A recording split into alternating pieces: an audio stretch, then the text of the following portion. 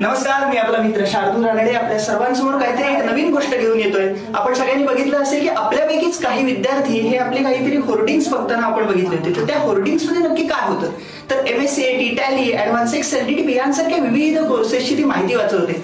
खरं तर हे सगळे कोर्सेस कुठे शिकता येतील असं तुमच्या मनात प्रश्न पडला असेल.